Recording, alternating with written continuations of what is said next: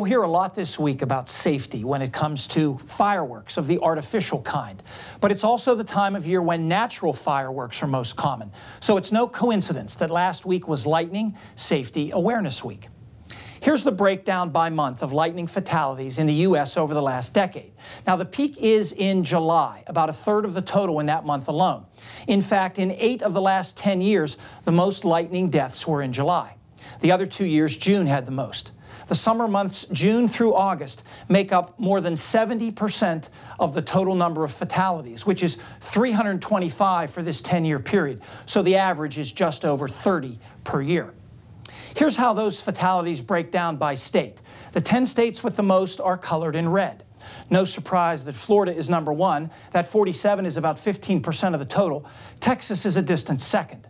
Pennsylvania and New Jersey are in the top 10, in large part because lightning vulnerability tends to increase where population concentrates in urban centers, and also in coastal areas or places near water.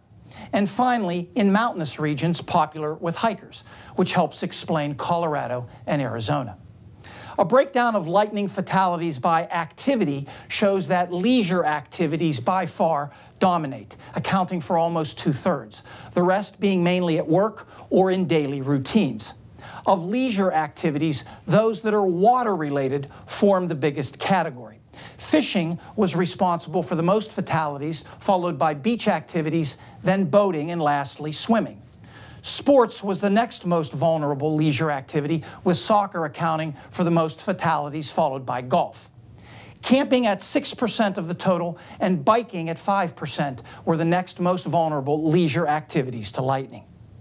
Now here's lightning fatalities per year since 1940. I think the steady downward trend is one of the great successes of modern meteorology. The average dropped from more than 300 in the 1940s to 130 in the 1960s to about 70 in the 1980s. Nearly every year of the last 2 decades has seen fewer than 50 lightning fatalities. The average over the last 10 years is 32 per year. Over the last 5, just 26. And it can and should go lower.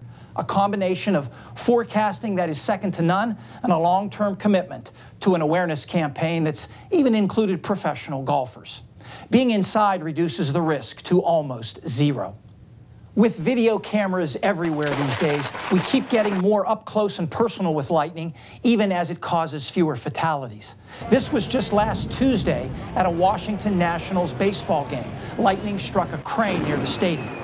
Of course, never ever seek shelter under a tree during a thunderstorm. There's plenty of evidence why that's a very bad idea. It's worth noting that on average, men account for about 80% of all lightning deaths. So far in 2015, there have been 14 total fatalities in the United States caused by lightning. Fred is back next with the extended forecast.